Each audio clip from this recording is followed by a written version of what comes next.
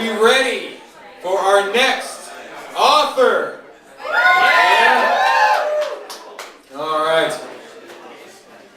Just a little brief information. A few people would like to know. Give the condensed Wikipedia page of this guy. This next author is an AC/DC fan from Philadelphia. Boo. Boo? Really? Really? You gonna heckle this cat? This guy's doing what you do, man. Today, first time in his life, he ate something called burnt ends, and he loved it. Yeah. He'll be reading from his first novel on sale here tonight, The Never Enders. Please give a warm welcome for Mr. Michael Sonbert.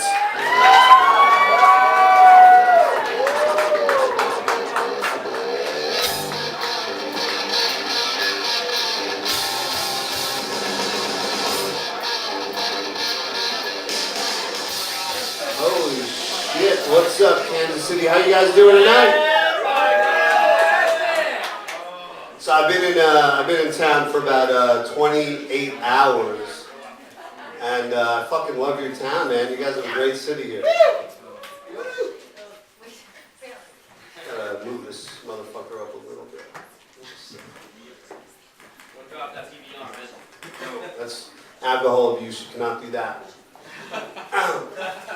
All right, guys.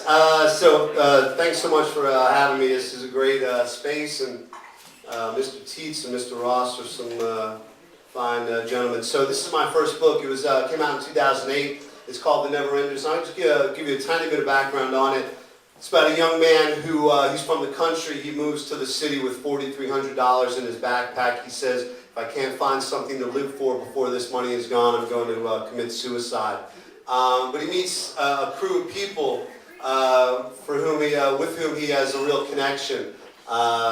But he's an artist, and he's in his own head a whole bunch, so he kind of gives them names as he sees fit. He names one Ocean because he's big and wild and unpredictable. He names one girl Ginger because he thinks she looks like a movie star. He names one girl Smoke because as she introduces herself, she blows 2 lungs full of smoke into his face. So they've just left one bar. It's pouring rain, and there was a fight. And Ocean, who's his closest friend thus far, has taken off his shirt.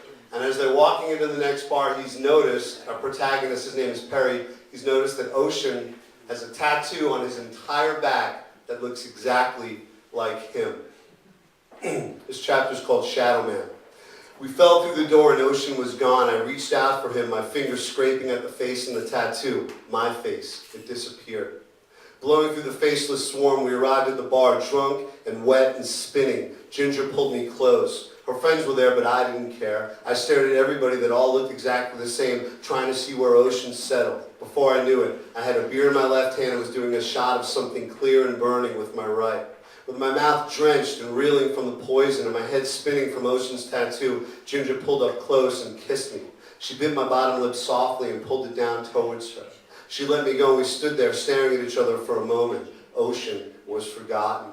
I felt my face and neck turning red. I bent down to kiss her back, but just when I was a few inches away, right at the point where there was no turning back, when I couldn't even pretend I was trying to tell her a secret or anything, she turned away, distracted by her girlfriend pointing at something or someone on the other side of the bar. I'll be right back, she said, and vanished. I reached out and grabbed a small stirring straw off the bar and began chewing it. It tasted exactly like nothing. Jimmy sneaked up and slapped me on the back. Come on, let's go, he said, walking towards the back of the bar. Where are you going? Where the fuck have you been? There was a fight at the other bar. I had to take care of something. Yeah, but he wrecked this guy. It was so sick. Perry, look, maybe he's not the best person for you to be hanging out with. But I thought you guys were tight. He laughed. We are. It's just that his life, well, it can get a little scary sometimes, and that's fine for him. But for you, well, you might get inside that world and not like what you find. I'm just trying to look out for you, that's all.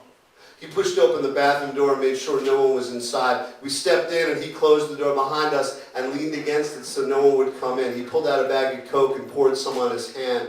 Right on the skin, along the bone that attaches to the thumb and the wrist, in the little pocket that forms there when you flex it. He snorted hard. Someone pushed on the door and he shook a bit. They started banging on the door. He gave me some, a lot. I blew it up. I gagged. I dry heaved. Check my nose, brother, he said. You're good. Me? Beautiful. As he took his weight off the door, a bouncer pushed his way in, slamming the door wide open and into the sink. He saw Jimmy. He saw the king. He didn't say anything other than a few calming words to the line of dolls, hipsters, and big shots that were waiting to piss. The music blew a hole in my head. The lights killed me alive. The coke shot lightning into my blood. Jimmy disappeared.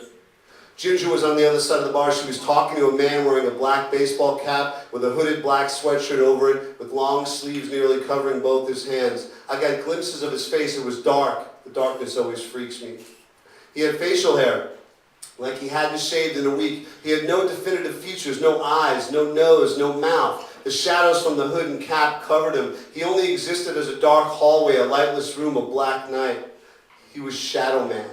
They spoke closely. Shadow Man held her tight and spoke right into her face. They were arguing. I breathed shallowly. I hadn't realized how crowded it was in there. People bumped me constantly. I turned away from Ginger and Shadow Man. They were arguing hard, violently. My hands were sweating. I felt tense and jittery. My skin itched. I wanted to tear it off so my blood could melt down through the cracks in the floor. My knees were made of jelly, but not a delicious kind. My heart was coming through my ribcage, pushing its way out of my chest. I thought maybe it would stop at any moment. I started to make my way to the door. I needed air. I felt a hand on my shoulder and was spun around like a top. I was staring into Ocean's face. Who's that fucking guy talking to your girl? I don't know, I replied, a bit freaked out, but also a little excited that he called Ginger my girl.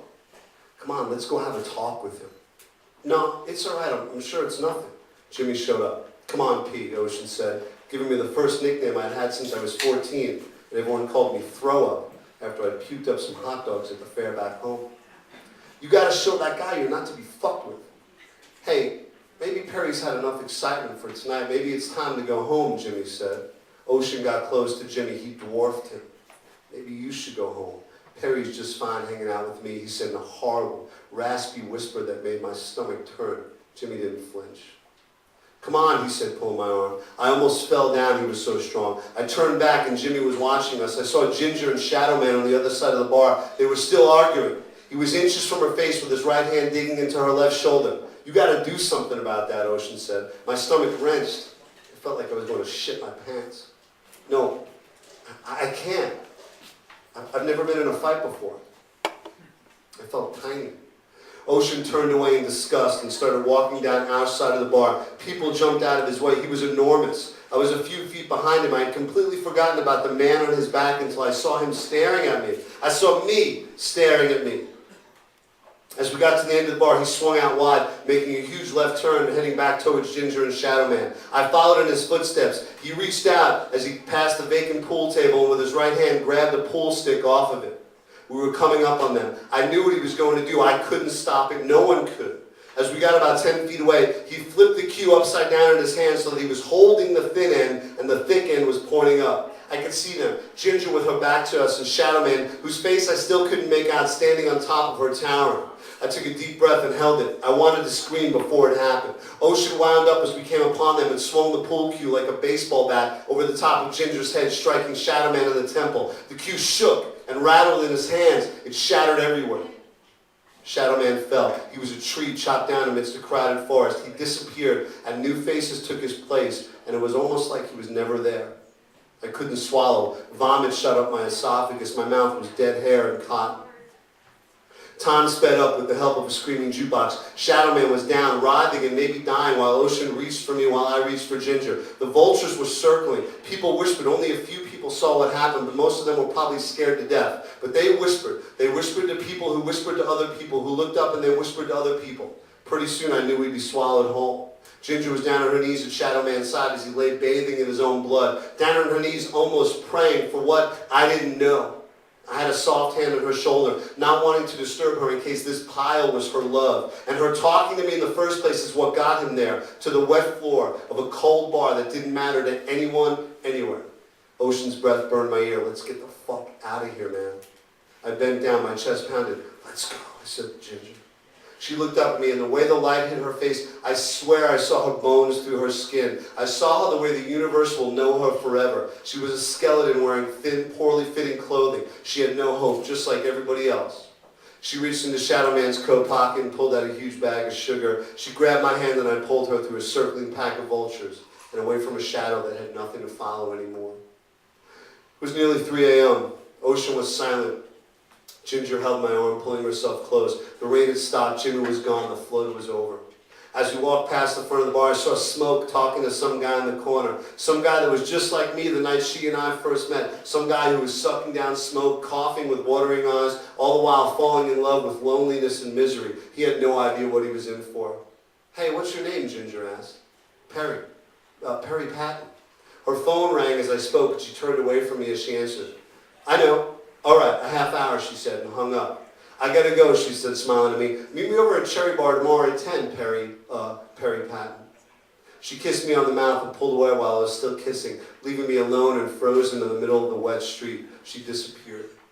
Ocean walked me to Alex's. His shirt was still off, soaked from the flood earlier. We walked side by side with me twisting my neck around every few steps to see the tattoo on his back, to see me on his back.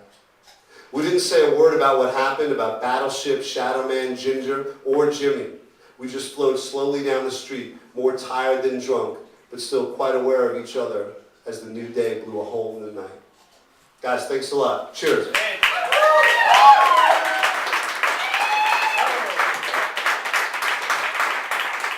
Michael Sonbert, everybody. Do the Lord for him.